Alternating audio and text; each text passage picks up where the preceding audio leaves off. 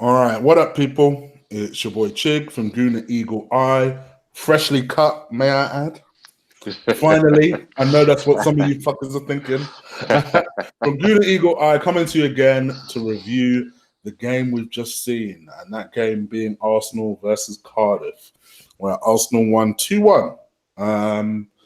Probably about right. I actually called 2-1 in my preview, so there you go. Joining me today is obviously my boy, my people, my brother. Hola, say hello to the people, brother. Salute, people. What's happening, Gunas? It's been a minute, and yeah, thanks, Chig, for bringing me back on the show. I was supposed to be the only one with a fresh cut here, but I see you got a nice little fade yourself, brother. What's going on? Yeah, man. Man's been to the barbers. I ain't had time for a minute, man. You know what I mean? Man's been grinding for the last month or so. So usually is it every 2 week thing, but time just goes off on you, man. You forget all about this shit, man. But yeah, I just thought, you know It's what? true. I gotta get this. I gotta get the trim back on. Look nice, look young, feel fresh. You know what I mean? And that's the thing.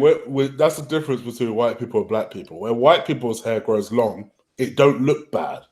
When black nah, people's hair grows long, yeah, man. it looks terrible. It's It like looks it's like it's icky and terrible. man's looking like Kunta Kunte out here, blood. No. You White get people me? can at least gel it, style it, do some stuff. We can't do shit. pure, Dax, pure Dax is nothing about thing, it. man. And if you know about Dax, then you know.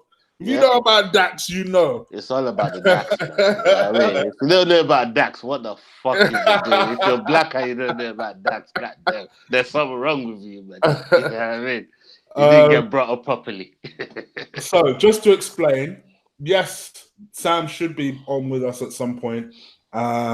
He's just resolving some issues, which he's actually also just tweeted out. So I'm just going to retweet that just in case people haven't seen that. So I'm hoping to get him on very, very soon. But let's talk about the game.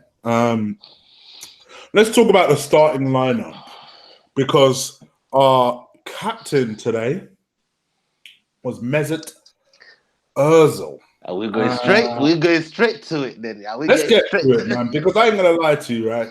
People are pissing me off, right? I'm not gonna lie. If now, without trying to sound like Lee here, right? I really don't want to press this subject because I know people in the chat room don't like us talking about the subject too much. But what I've noticed is that when you criticize, and let's be real here, spoiler alert, I didn't think he played well. I think there's no coincidence that we looked a lot better once he came off. That's not me hating on the man. That's me commenting on what I saw. We looked slow and lethargic, and I wouldn't put that all on him, but I also can't ignore the correlation of Ozil comes off, we look a lot better. Yeah, I see what you're saying. First of all, I'm just gonna say, looking at the lineup, it's pretty much what Emery could have put out with what he had access to. These were the players that were available to him. So it's only right to, maybe with the exception of Shaka, that I was expecting to be in the lineup, but it didn't make it, and then they made it instead of Yeah, I was Emery. pleasantly surprised that Xhaka didn't make the starting lineup. So, but Apart from anything, I think he could do the rest. yeah, It would be nice. especially with the type of game that we got next week. So for This me, weekend, yeah. with Ozil playing today, um, I'm not going to be too harsh on him, and I'll tell you why. When a player hasn't played for that long, It there's takes that you a while much to there's get that back much into swing. sharpness Yeah. that goes with it, and that's why Okay. I'm not going to kill him too much I'll today give you that. on But the I think performance. it's fair But to say you're right, but I also think it's fair to say, yeah, just looking at him and his performance in the game, people have been calling for this guy to play of for course, weeks. of course, you're still going to expect a high level performance from him. That's because of the team that we were playing against. Because Emery has always said it, that there's certain games that's not for Ozil. There's certain games that's for Ozil. And a game like today would have been that type of game where we're going to have a lot of the ball. We're going to move the ball around. Um, we're going to have lion's share of the possession, lion's share of the shots. And I was expecting him to, to open a few doors while he was on the pitch. We huffed and puffed, but to be fair, Cardiff looked more dangerous in the first half than we did. Completely, yeah. I mean, And they played. To be honest, in a lot of ways, they were really unlucky, because they, like you say, they huffed and they puffed, and for whatever reason, that door did not go down. it didn't I mean, go down. to be fair, the defenders I actually thought did quite well in the first half, considering. They hung in there, and you have to give credit to our boys. We bought a lot of fouls, but in my opinion, I thought if we were playing against a much clinical team, a team with much clinical strikers, we could have been 3, 4, 5 down in the first AKA a half. Man City. Oh my God! You know, the way we were defending, and we're gonna get all whacked up. Oh my God! I mean, when you look at the performance that we put in today, there's that pressure that we created for ourselves with Manchester United on our case. So there's that added pressure on the boys to go out there and get the result today. Obviously, you have to look at your own game, and we ended up pulling it off, because to me the whole idea of keeping a clean sheet, I guarantee you nobody going into this game predicted the clean sheet for Arsenal. I watched your last show with Lee and the Cardiff fan. That was a great show, by the way. That was a wicked show. So nobody predicted a clean sheet for Arsenal, because we know we've got ongoing problems, and we're bringing players on. when Lichtsteiner is coming off the pitch and Jenkinson is coming on, and everybody's fucking happy. Jenko, baby. Yeah, and everybody's happy about. When everybody's happy about Jenko coming on the pitch, man, it's peak for our defense. Our defense is on bare bones. Hey, he played better than Lichtsteiner. As much as I gave the defense credit, let me reiterate. That's because Lichtsteiner's shit, blood. I meant Monreal Mustafi. I did not talk about the fullbacks. I'm talking about Monreal and Mustafi. They played well. Lichtsteiner. Can we not give him away on a free back? Can we not give him back? I guarantee you nobody wants that guy for free. Right now, we can't even give that guy away for free right now, man. That's how bad it is. For me, and this is what I tried to say. Go check out my Welcome to Lichtsteiner video. This is what I tried to say in that video. I didn't understand how the logic of people telling me, oh, it was this amazing signing, when you're talking about a 34-year-old. And listen, I am a 34-year-old, so I can say this, right? It aches a little bit more. You're feeling your bones. Get up without making a sound a little bit. And you're trying to tell me that a 34-year-old who's never played in the league before is going to suddenly come and play in the league and light the league up. It was never realistic. No, never realistic. Definitely wasn't. To be fair though, I ain't gonna lie. I ain't gonna lie. I was gassed. I was gassed when we fucking got this guy, but I was like, what? No, I was the only one backing it. I was the only one saying I was thinking to myself, these guys played in the Italian league. They look after themselves. He's probably gonna play like Maldini, Nesta, them man there, you know what I mean? Them man there were playing till like they were 65 and they're still looking prime and they're still looking good. Like fucking my man played in front of Buffon for fucking donkeys. I was thinking, yeah, man, we've got, you know what I mean? We've got somebody here that can push Bellerin. That's what I thought we was getting. But obviously, off the pitch, he's a great signing. On the pitch, is a whole different thing. But we didn't sign him for his off the pitch fucking antics. For his off the pitch. That's the thing. I do that's think there is a correlation between either the manager coming on board or him coming on board and Bellerin getting better. So clearly something has happened there. But like you said, we gave him a playing contract, not a coach one.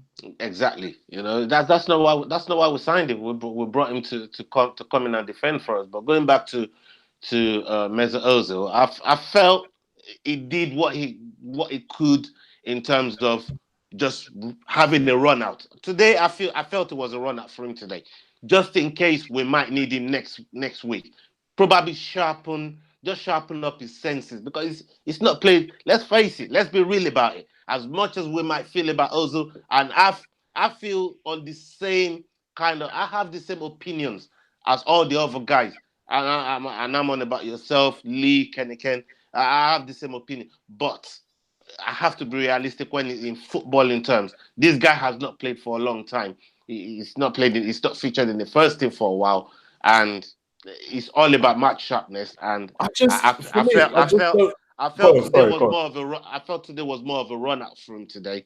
And maybe in the next couple of games, if he features, then maybe I can start holding him accountable for more of what went on the pitch. But on just today, I thought it was just a normal run out for him. For me, what I don't like more than anything. So I put a tweet out there, right? So I say, I see, and this was me talking about the first half in particular. Yeah. And I said that I see we're about as poor as we were against United. To be honest, Cardiff are unlucky not to be ahead. And our captain is MIA again. The only time I noticed him was when one of their players out-muscled him, right? So I'm not going to name and shame, because I don't do that on Twitter. But then I got responses of, really? He dropped deep to collect the ball, and his defensive work was brilliant. But I didn't see any of that. That's what I'm saying, bruv. I didn't see any of that. Excuses you get on here, man. I had some people talking about how there wasn't enough movement from Aubameyang or Lacazette. Now Aubameyang, I could buy it. I'll get to Aubameyang in a bit. But Lacazette, don't even try it, bruv. Lacazette was everywhere today. I mean, it was my man of the match today, man. Of course, I've never seen a guy so relentless. Relentless. For me, I think the thing that pisses me off, and I can see why Lee gets into daily arguments, is the way that people will rush to make excuses for him. Big shout out to Johnny, who's watching the show. He goes, Chig, you're 34. Fuck off. I thought you were 23. Thank you, brother. Appreciate it. You didn't know how to make a brother feel good, did it, Johnny? Yeah, thank you, brother. I appreciate it. Much love. But no, to me, I think that was Ozil the worst player on the pitch? No. But what I don't like is that he is, all I heard for the last couple of weeks is, well, Emery is useless because he doesn't put on Ozil, and it's so blatant that we need creativity. Okay, he put him on today, made him captain today, gave him his own position today. He wasn't out of position. He was behind the two strikers, exactly where Ozil's supposed to do the most damage.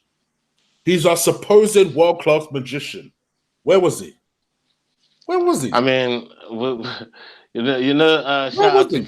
shout out to VP75, Vinay Patel, the Liverpool boy there from America. Yeah, you got a lot of time, bro. Because I ain't gonna lie, I muted him. I muted him a long time ago. I love that trolling. Boy there is always. I muted him a long time ago. He's always an Ozil, man. Like always, fucking. And I, you know what? I said to my man, you know what?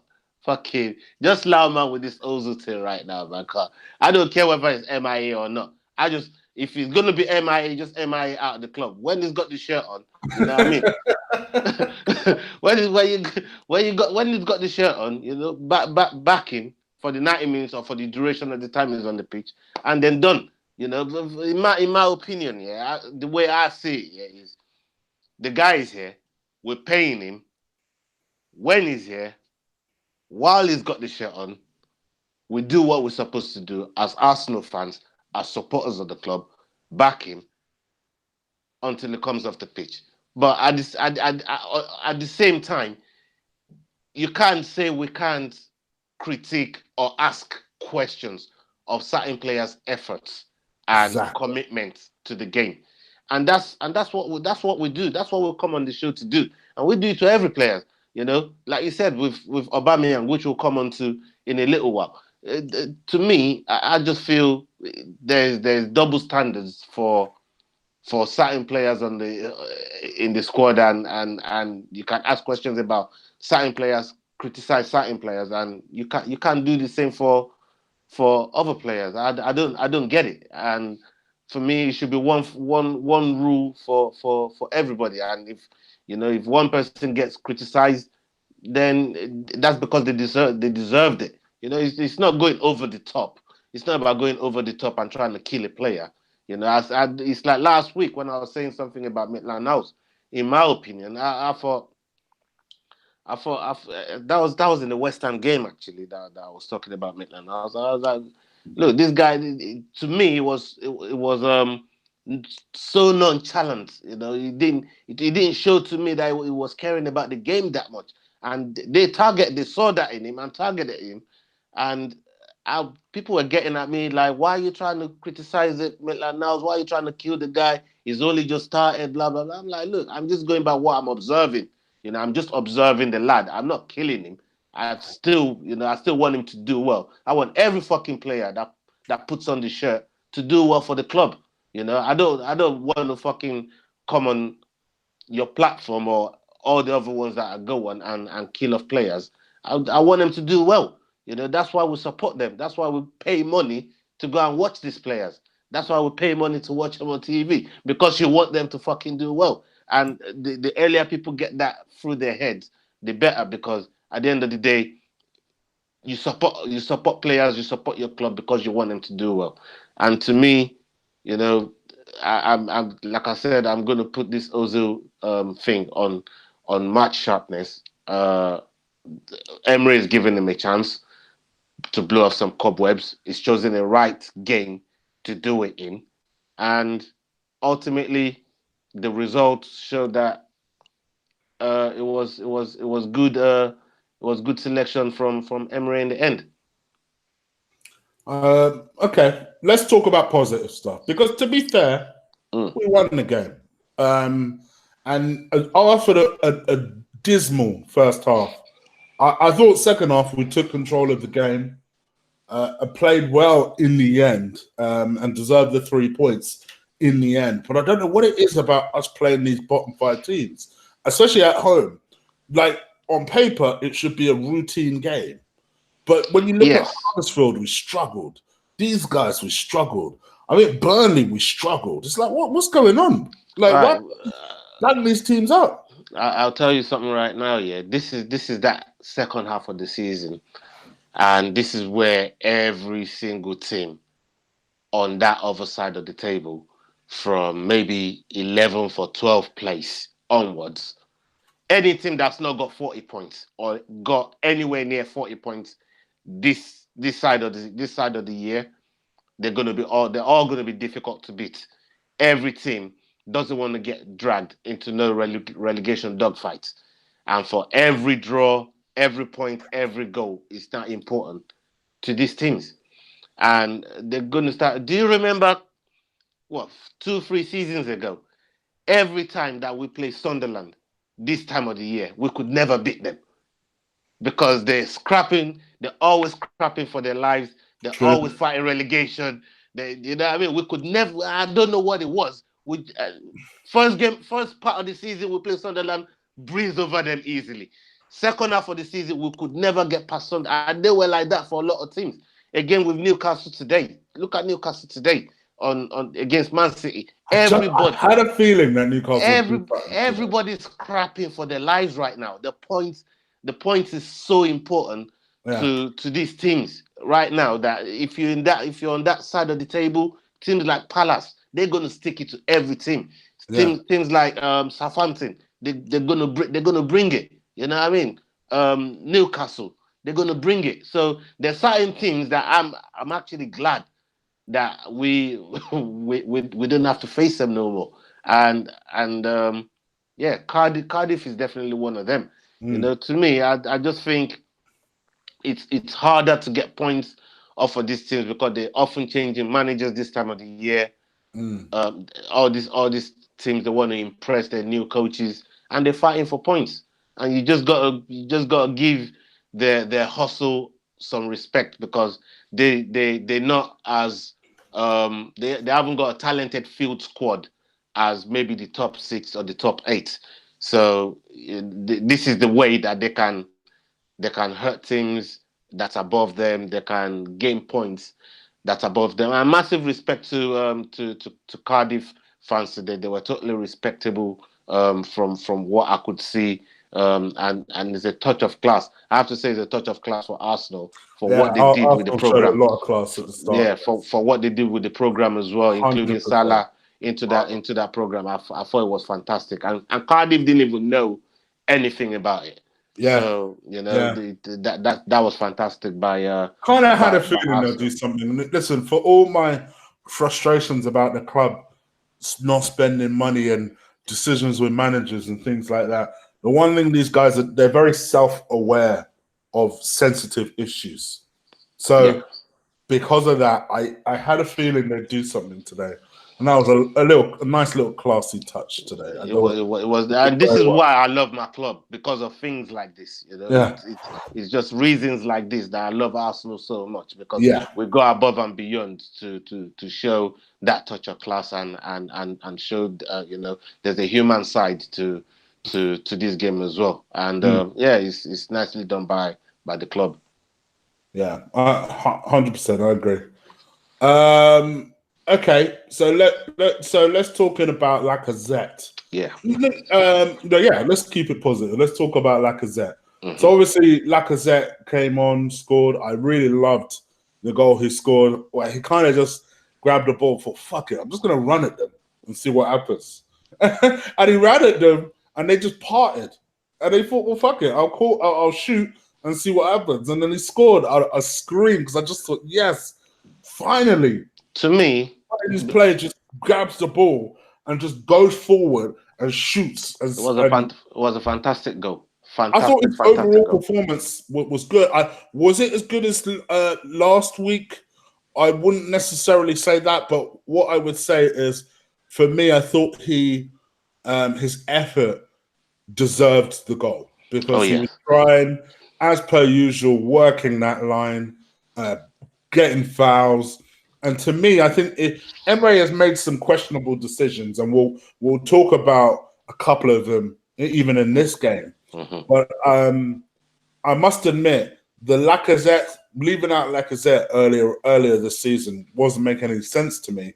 But I think now he's starting to see the hard work that this guy puts in week in, week out, and I think Lacazette is benefiting off that by now scoring goals as well as his hard work to the team. What do you think?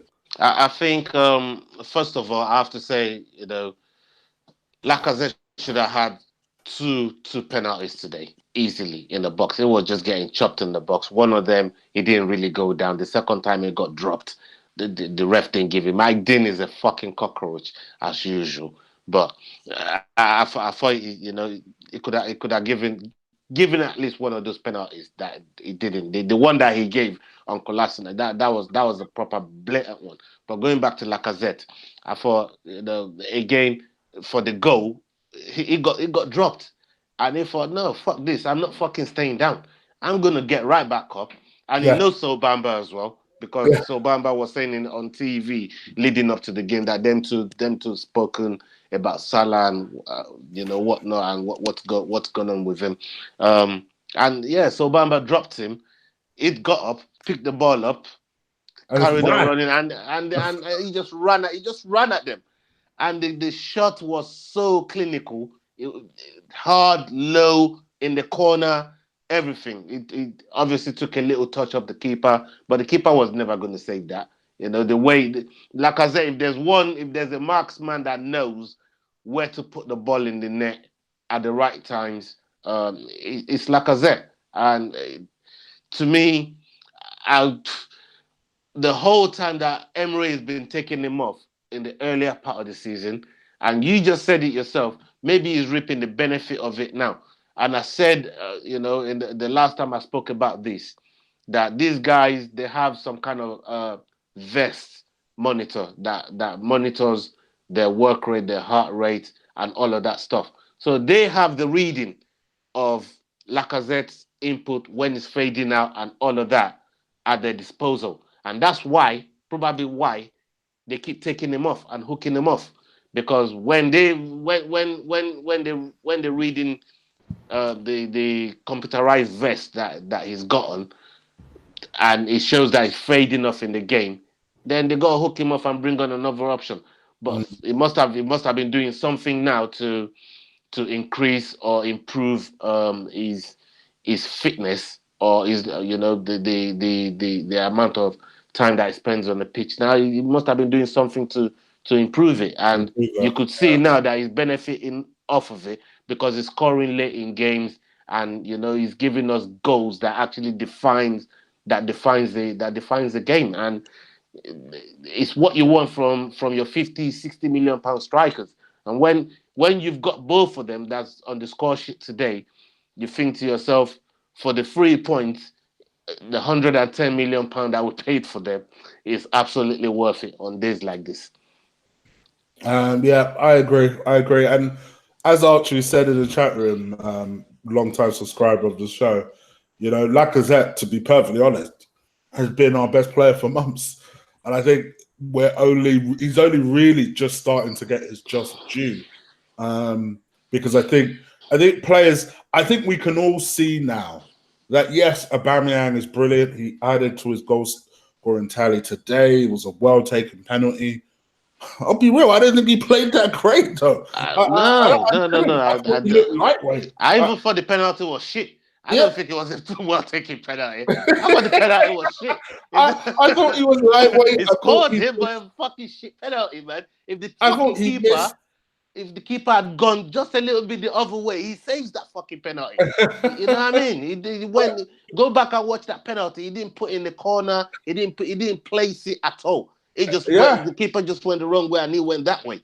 He went really nicely tucked in. Because when a player steps up to take a penalty, I expect them to be hitting the inside of the fucking side net. Yeah, but that's why I like penalties being put. You know. To be fair, Aubameyang has never really taken a penalty like that. But it's just, all right, I'll give him props for scoring a penalty. High pressure situation as well. To be honest, yeah, and he did put it away. But aside from that, I mean, he always missed his customary easy chance. He did that at the end. Yeah, he did that from the beginning. He did that at the beginning as well, because there was one that came across. Oh, is it? And then went to Lacazette as well. Was at the beginning, so I might have missed that. Well, like 10 minutes. Other sites are available. Just saying, you know what I mean. But yeah, it's one of those where you think the ball came to him. He's missed it. He's gone to Lacazette. Lacazette went to take the shot, and so Bamba's literally blocked it. I think this was probably in the first 5 minutes.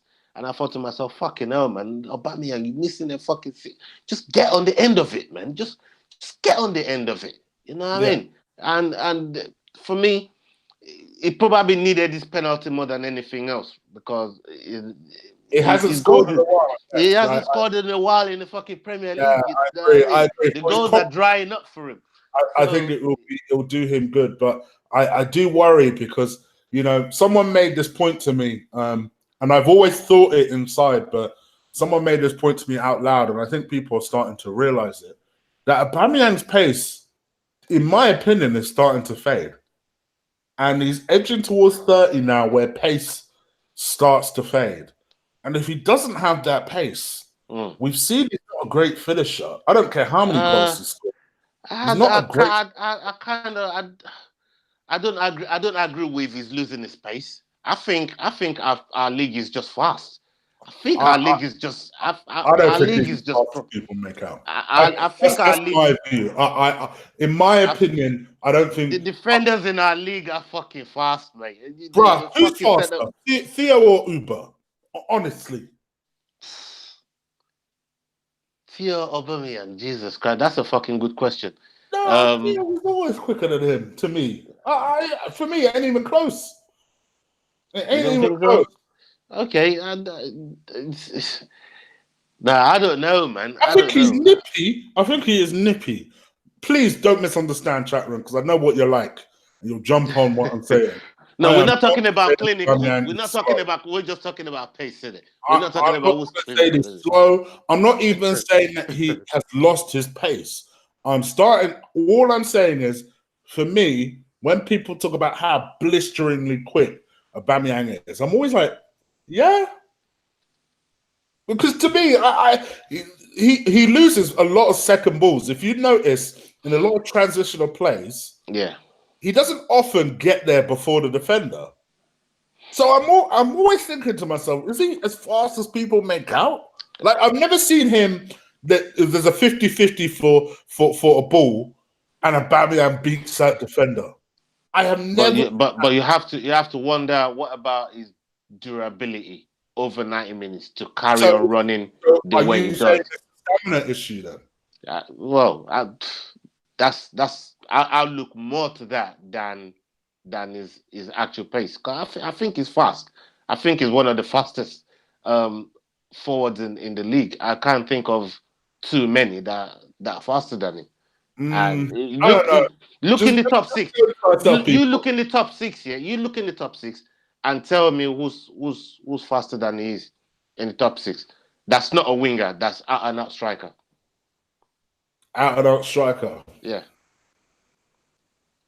So are we not classing Salah as an out and out striker? No. He plays out wide. Firmino is more of a front striker than Salah is. So Firmino plays more in that central position than Salah does. So we're talking the Kanes, we're talking All right. Aguero, But to be fair, we're talking Aubameyang, a we're lot of talking. these teams have target men. We're the only people we're the only team in the top six that don't operate with a target guy. Yeah, because that's what I'm trying to say. I don't see anyone in the top six that's All right, so really yeah, faster than if you're him. saying by default, then yeah, all right, Aubameyang is quicker. But that's only I'm because not trying to discredit you. I'm just trying that's by to. default, though. I'm just trying to say maybe the defenders in our league, we got to show some credit to them for them keeping up with him All right, let me on ask you a chasing this question. on chasing the second balls. The chat room have just brought up an interesting example, Go on, right? chat room. This Love you, ain't lot. this ain't in the top six, but I'm gonna ask you honestly: who's faster, Uber or Vardy? Ooh, now that's I think Vardy. I say Vardy's faster than he is. One time, for me, Yeah, without even thinking about it, I have to consider. I think Vardy's faster. without even thinking about it. Yeah, I can't even. And they're around about the same age. They're around about the same Vardy's age. older. Oh, Vardy's Vardy 31. older, yeah. Oh Uber, yeah, and somebody just said Rashford, Kwame Dukes. Is it Kwame Dukes? No, Zamia Patwa just said Rashford as well. You got Rashford is pretty pacey, so that's probably another player in the top six, yeah, striker in the top six that will rival him. But when I'm yeah, thinking United and their number that I'm thinking Lukaku. yeah. Sam, I see you, by I'm the way, thinking in the Lukaku, chat man. room. So Uh, yeah, man. Shout out Zamia Patwa still. So yeah, man. Sam, I see you in the chat room. I'm working on it. Let me just invite you now. But yeah, to me, that's just my view. I do think maybe because people age at different rates. Because like you said, Vardy's 31 and Uber's 29. But it just, to me, it feels like Uber's pace. I'm not necessarily saying he's slow, Mm. but to me, it's almost like he's reached the peak of that pace. And I think for him, he needs to find a way of adapting because his finishing ain't good enough. What I think he needs is a fucking rest. It's played pretty Agreed. much every fucking game, man. Pretty Agreed. much And I every think that fucking game. answers the question to somebody who says in the chat room, what happens when Mickey's fit? When Mickey's fit, I play Lacazette up top and give Uber a rest. If you want me to be real, we're getting Dennis Suarez, which I will obviously go into towards the end of this. Yeah. I want to get your opinion on that. But I think that's where you start to build a team around one striker instead of two, and then go from there. Let's be real here. We performed better early in the season when we played that shape. Yeah, I agree with you. When we played that shape, I thought we were getting results. We were a little bit more solid. It's the work rate was there as well. So there's a lot of things that's happened from then till now that's forcing us to even play these two guys, because every time we play these two up top with no backup striker, have you noticed? And KT ain't even making the fucking. He used to make the fucking first 11 bench in the Premier League. He's not even making the bench no more. I don't know why. It's like he's just dropped off the face of the earth since that game against Blackpool. Was it Blackpool where he had all those chances and he didn't score the chances he had. So every time we play Lacazette and Aubameyang, we are risking we're risking the chances of our strikers getting injured, and I'm sure Emery knows it, but right now he's just rolling the dice and praying to whatever God is listening to him out there that both of them come back unscathed. Because you look at Mustafi today, as shit as Mustafi's been, I was worried when he got a little injury earlier on. Mustafi played well today. I listen.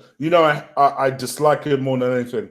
But let's be real. Today, I thought he was very good today. It was good today, but what I'm saying is, as shit as it's been, when he got injured today, I was worried. I was worried about him because the amount of injuries that we're piling on. But Mustafi, he put in a shift today. A lot of them put in the graft they were supposed to put in today, but at the same time, when you really want to look deep down into it, Cardiff had like 11 shots to our 7 shots. Yeah. How did they get so many shots? Yeah. On our goal. Well, there was one sliding tackle. It was the one time I was glad this man slid tackle when Cardiff had a good shot and Mustafi slid tackle and blocked the shot for quad squadron. I think that's the only time I ever cheered one of his slide tackles. But to be honest, I thought he played very well. I really did. I thought he played well. And man. I'm glad because I think people in the chat room are now starting to realize what I've always said, motherfuckers. Lacazette is the better striker. He's the better all-round striker. He's a better footballer. The better all-round player. For me, he's a better footballer. The better footballer. Yeah. Can we all agree on that? 100%. 100%. The better footballer. So, but hey, we are where we are. Right. So obviously we've beaten Cardiff now. Yeah. How badly are we going to get beaten against City? They lost today. Oh, they're going to be pissed. I saw your tweet earlier on, man. I could help myself but laugh, man. Where you said, "Fucking hell, man." It's so good scraping past Cardiff today, but fucking going to play a pissed off Man City. We're gonna play a pissed off City, man. They lost today. An angry City is not a City to fucking play right now. Exactly. And let's be real here. You would assume that Liverpool are going to win tomorrow. So they're going to be in a situation I don't know, man. I don't know because they ain't got Van Dijk, have they? They'll win tomorrow, bro. Come on. I don't know, man. I don't know. Who are they playing? I can't even. They're playing Leicester. They're playing Leicester. They'll beat Anfield, though, right? Because I remember that's a home game. Yeah, it'd be at Anfield, but they're playing Leicester. Bro, the way they played Palace the other day, that 4-3, and that's with fucking Van Dijk in there. With no Van Dijk in there, if they got fucking Matip and fucking Lovren up, it's a fucking disaster. There's a chance they could lose the game. I'm just saying, with the defense that they're going to have, if Van Dijk doesn't play, I don't know. They might give Van Dijk some steroids. He might get some picograms to get on the fucking pitch tomorrow. But it's funny, you know, because I think they're going to try and do the same to Kashani. I noticed they've been real cagey about letting people know when Kashani's fit. And yeah, I'm thinking they this might want happened to to hurry him. try to Yeah. sneak him in for So yeah, but the they might City give him game. injections, man. They might get on injections and shit, man, Yeah, just to make it back. I So think they're going to try and sneak him in for the City game. So yeah, let's see. but Um, it'd be nice if Koscielny was to make it back for. Well, will it be nice? Really? Will it really be nice? I don't even know, man. I don't even. Yeah, I wanna kind of, I wanna enjoy this win before I start beating my brain about how badly we're gonna get murdered in midfield. Cause I still haven't got that United loss out of my system yet. I'm still fucking yeah, the pissed off, United and loss was a difficult one. I was praying they lost tonight. You know, I really, I wanted, I wanted them to hold on tonight, man, but. Fucking hell, they script another fucking draw, man. And they want to talk about 8 in a row, 9 in a row. I'm like, blood, yeah, fucking, you stopped at 7, man. That's it. Eight, well, that's it, man. You know what I mean? Done. So, but right now, we just won a game. We're trying to get what day is a City game? Is it on Sunday? Is it on a Sunday? Is it Saturday or Sunday? No, that's a good question. Chat room. Should Let us know, imagine they man. would Let show us it. know. Let us know, chat room. The chat room will be able to tell you before I will. Yeah. So I think obviously, look, I think it is Sunday, by the way. We're gonna face a very angry City, and it's 4:30 on Sunday. If we squeeze a draw out of there, is a fucking miracle. That I'm not expecting anything out of that game. I really am not. I'd be lying if I said I was expecting anything out of it. There's just no way. Look at the way we struggled to Cardiff, bro. There's no way. Because people always say, why can Newcastle beat them? Why can Wolves beat them and we can't beat them? But they're not set up like we do. They don't have the players. They are set up to be defensive. Exactly. They're not set up the way we're set up. We're not set up to be pack the bus business. And also, there is something to be said about mindset. So, you know, City would have been expected to turn up and roll them over. And roll them over in first gear. That never happened. And by the time City clicked into top gear, Newcastle had secured the game. Whereas with us, it's going to be a different mindset because even though they'll be expecting to beat us, they will know they have to put in some sort of effort in order to do that. So the 100% they'll come out looking to bang us over. Look, 8 out of 10 times, City always turn up for our game, man. They always turn up. They are looking to pipe us. They're gonna turn up, man. So it's about showing that. Even to me, I can take a loss because I'm mentally prepared for a loss. What I'm not mentally prepared for is a disgrace. It's the asshole. Yeah, do you know what I mean? I can take a 2-1, 3-1. It's like, all right, that's a fucking team. Like, go figure. But what I'm not prepared I don't know if you can take a 3-1, man. The last 6-1, bro. The last 3-1 that I see you take, you was really angry though, blood. The last 3-1, I'll be pissed. I'll be pissed. He was angry. I'll be pissed. If we get piped, I'll be pissed. If we lose, I will take it because I expected it. So if we get piped, I'm just gonna beg him to put some WD-40. Don't expect a rant from me, people. If we lose, it's not gonna happen. I'm just gonna be like, all right, cool, on to the next one. I expected it, so why am I surprised? But if we get piped, I'm gonna be pissed. I ain't gonna lie, I'm gonna be pissed.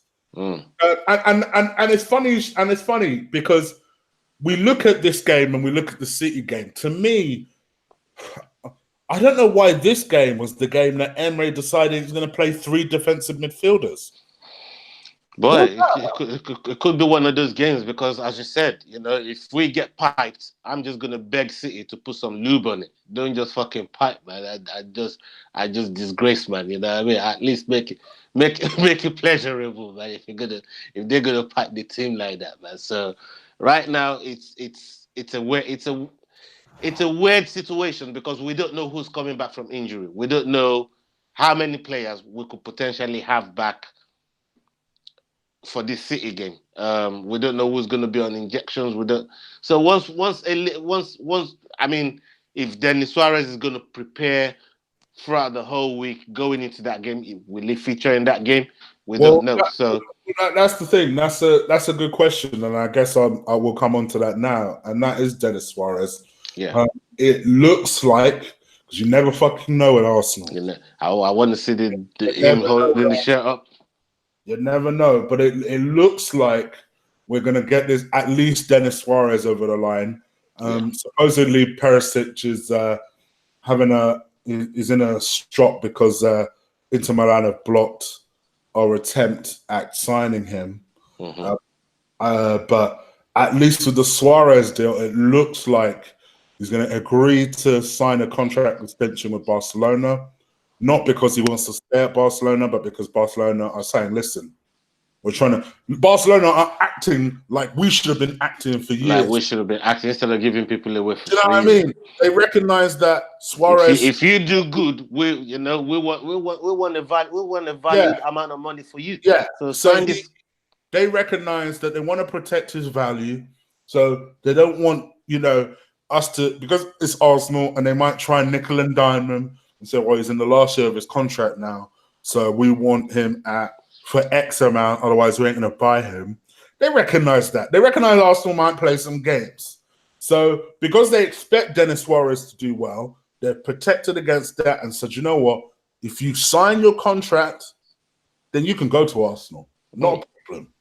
Because we want to protect. We want to ensure our business here. Protect our investment, man. Exactly, which is the way. How we let Ramsey get into this situation is unbelievable. Not because Ramsey's unsellable, sell him. But to let a potential 30 to 40 million pound player go for free is criminal. Someone should be locked up for that shit. I mean, someone should be locked up for that shit. Yeah, man. You're not wrong, man. Somebody should be calling 911 on the people responsible on these people, man. 911, 999, whatever country they are, call 911 and 999 all together to get those people locked up, man. Like Claude already said this piece, man. Those guys should be on fucking Crime Watch. They should be on Crime Stoppers.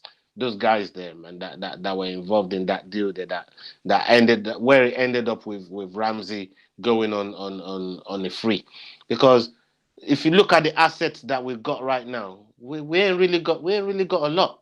What have we got locked out right now in contract? We got Nelson, we got Maitland-Niles, we got Callum Chambers, we got Iwobi, we got El Nene. Where else?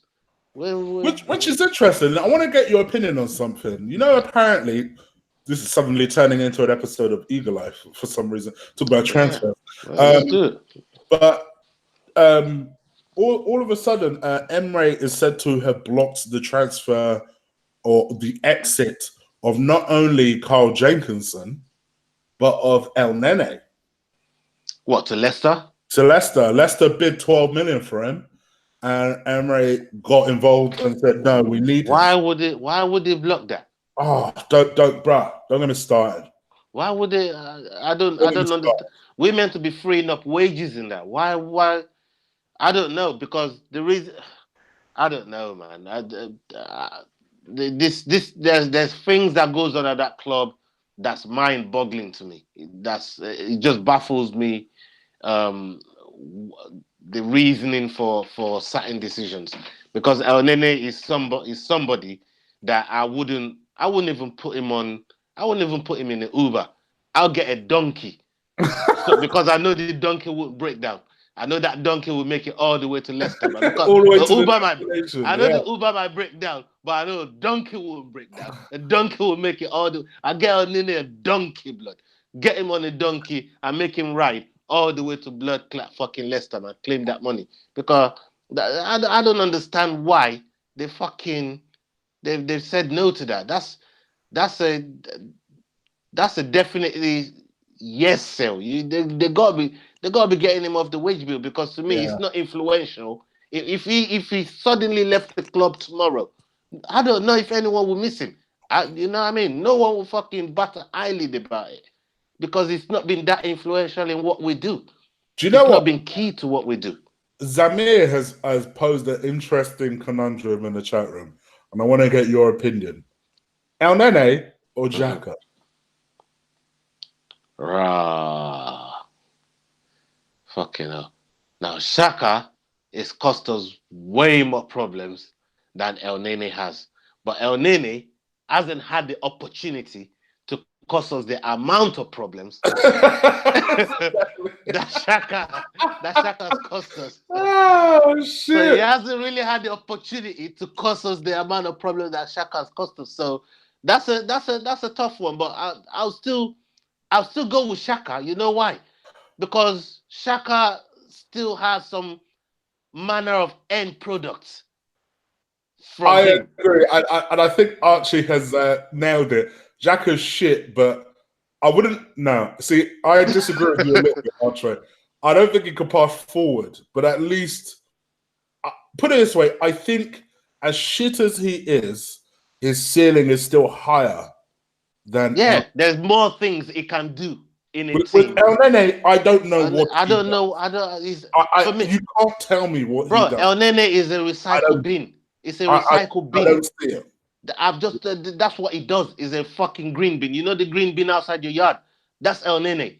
The boy, you put in the plastic bottle in there. You put in the plastic tops in there, and that's what he does. Recycle the thing and get it back out. It's a recycle bin. That's all El Nene is. There's no end product from this guy, man. There's nothing that's end product about him. With Shaka, you know, he can spray a ball, he can set up assists, he can score free kicks, he can let on own goals as well. But he could also give the ball away about 8 times. He can do all of that, but then there's still certain positive. I don't see none of that from El Nene, and to me, if he goes missing, I can't because sometimes it's better to have somebody who, and this is going to sound all kinds of wrong, it's better to have somebody who influences a game, even if some of those times it's a negative influence, than someone who is anonymous. Who's completely anonymous. And to me, where Aldeni where he should have staked a claim was when we were getting a whole load of defensive injuries, and not once did the manager say to him or him volunteer to the manager and say, "Boss, I will take the spot. That left back, I'll play that left back for you. I'll play that centre back for you. I'll play that defensive midfield for you." But Shaka volunteers for all of this stuff. Yeah. And that's why he gets to move around the pitch while then he sits on the fucking bench. Yeah. I will get a donkey and drag the donkey all the way to fucking Leicester with him on it. No problem. And Matthew, I agree. I thought Coquelin is better than El Nene, to be honest. But not that I thought Coquelin was good enough either. But I thought he was better than El Nene. But to me, I just think that for me, in the summer, I just want us to do some major surgery, man. And people have mentioned these names in the chat room. I personally would love to see someone like a Doucouré. You know, I've been a big advocate of Doucouré.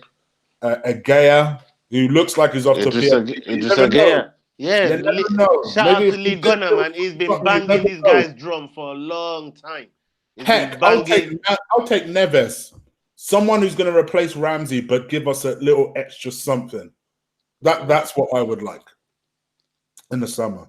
It'd be nice to see how we compete in the summer, but you know, all this loan business, we just got to get through this season. I just want us to get through this season and at least try and get the minimum requirement that we set out to do, which is getting in them Champions League places, whether it's through the league or whether it's Europa League. I really don't care at this point. But we need to be making Champions League places, and that's not because we need to go and win Champions League or we can suddenly go and beat everybody up in but it's going to help us get better players to help us in the Premier League. Sorry, you know what I mean? We've just been called out by somebody in the chat room, the 7 Orisha, who says these guys clearly have zero knowledge about football. Go back and watch El Nene against Barcelona in the Champions League. Yeah, now, that one goal that he scored. Now, let me address that real quick. The fact that you had to use an example 2 motherfucking years ago, 2 seasons ago, show a lot of intelligence. It kind of proves what we said correct, that you have to use an example of us in the Champions League. Not motherfuckers. We ain't been in the Champions League for 2 seasons. What are you talking? You acted like they played well last week. What are you talking about? What are you talking about? Zero knowledge. God, man, that's crazy. Listen, that's when people me, are scraping for the bottom of the barrel to justify their point, man. You know, but the idea that you an example that's 2 years out of date is ridiculous. It's absolutely ridiculous. So before you try and call someone out, at least make a relevant fucking point. Goodness gracious! Nah, that's a funny point. You know what? You look. You've got a right to your opinion, but scraping the bottom of the barrel to say we've got zero knowledge of football when we're talking about what's recent, what's going on with our club right now, and how we would like to get back into those Champions League places, to now be digging at a game that got played in the early part of some group stages in a Champions League game that we got knocked the fuck out of. You want to talk about El Nene in that game? It's like, come on, what are you talking about? El Nene hasn't done anything since then that says is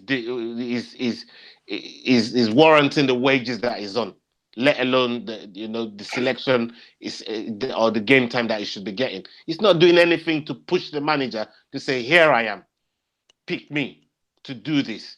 And if a player's not doing that in front of a new manager, not even with the manager that signed him, but the new manager that's giving everybody a clean slate. Remember when Emery came in, everybody had a clean slate. Everybody was on the same playing level field. So it was now up to him to go and make himself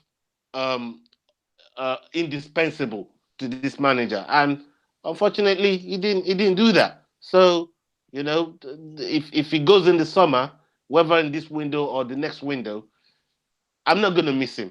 And frankly, the guy that's saying we've got zero knowledge about football, I guarantee you he's not going to miss El Nene either. He's just chatting shit right now, man. But he's not going to miss El Nene. He's just talking, you know what I mean? So I'll leave that to him. Just another troll. Anyway, brother, before we go and wrap things up, let me ask you this as a last question. Big shout out to what's his name? Don't butcher it. Don't butcher it. Thomas, the Harry Thomas. I've addressed that a couple of times in previous shows. Go check out my previous show. I've not seen you before, so I'm wondering if you are a regular listener. Subscribe, and you'll be able to see those shows. That big shout out to the 140 plus people. Shout out to you, man. Salute to you, man. Even the man that'll just crush that like button. It always helps the show get noticed. So last question before, hold on, let me just see what this seventh Aura guy has to say. 2 years ago, obviously we bought Shaca and Wenger was a hapless tactic and ruined the defense. And that was like saying that Ozil's, all right, what are you talking about? All right, so we bought them 2 years ago. Give me an example of what El Nene has done lately that means that he's better than Granit Xhaka. I'm Governor Twisted. I don't like Xhaka. But neither of us like Xhaka. We're just saying Xhaka's got a better ceiling and he can do more things. There's more productivity about Xhaka than El Nene. It doesn't really mean that if we could get upgrade of Xhaka, we would fucking take it. Of course we'll take upgrade of Xhaka if it fucking presents itself. But right now, I'm going to take Christian Lawford's advice. I will not waste my time. You're correct, Christian. Exactly. You know what I mean? Right. Let's move on to the next question. About the game on Sunday, right? Just before we sign off. Yeah. In terms of the shape going forward, there's been a big debate in the chat room. Some have thought we should go with 4 at the back. Some thinks we should go with 3 at the back.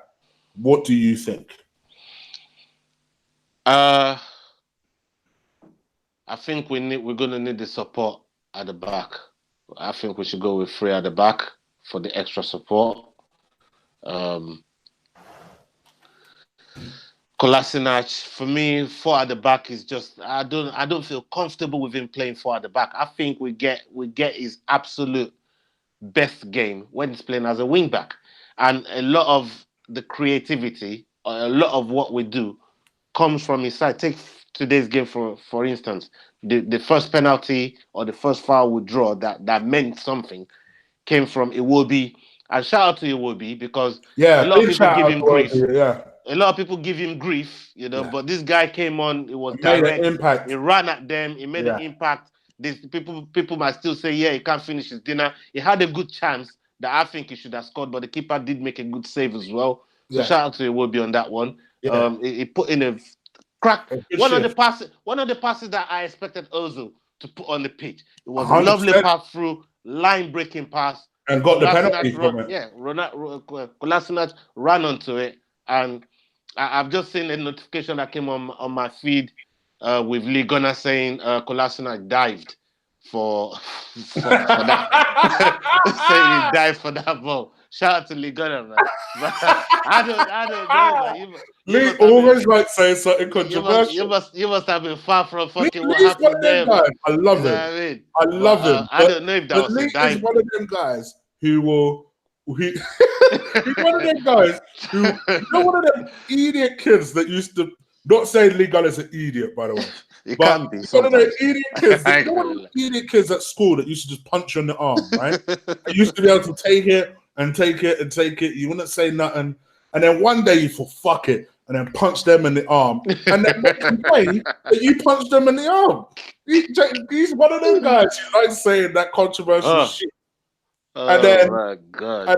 And then we'll moan when people gave him backlash. But I love him. But he does bring it on himself sometimes. He does. So there's a notification that came up saying he was saying Kolasinac dived for that penalty, but I don't think it was a dive. I thought it was a clear penalty. It got taken down. The guy never got the ball. So when you go down in the box like that, obviously, you're risking conceding the penalty. And like I said, Iwobi did well for that touch there. And I think that's where we get the best of Kolasinac. And that's why I'd say go with the back three. We get wing backs and try and run at, because City's strength is their wingers. If we can at least try and push them back, we've got half a chance of getting something out of that game. Because the strength where City really, really operates is going to be through Sterling and Sané. But we got to do something to push them back. And, if we can't do that, then we might as well write this game off. And the only way that I think we're going to be able to do that is playing wing backs. Because sitting on a flat four, they're going to pin us in our half the entire game. And eventually, they will score. They know how to do it. Especially a pissed off City at that. So for me, I'll go with 3-5-2. Okay. All right, people. That's it from us. I hope you enjoyed the video. Crush that like button. Absolutely destroy that like button. It helps the show get noticed. And apart from anything, it gives me feedback that you are enjoying these live formats. So do crush that like button for me. I've seen a couple of new listeners in the chat room. I'm hoping you'd hit that subscribe button. This is what I do.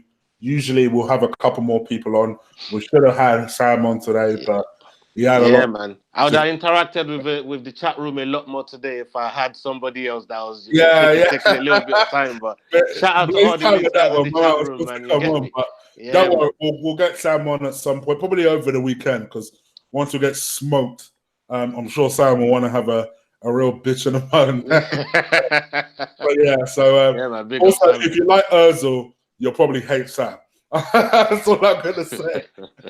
But yeah, absolutely big up to everybody that's listened. I never ever take you guys for granted. So big up all of you guys that have listened. Hit the subscribe button. Ola, do you want to let the people know where they can find you? Yeah, man. You can find me on Black Scorpion 3 on Twitter, on Instagram, the same handle. Go link man on there. We talk football, combat sport.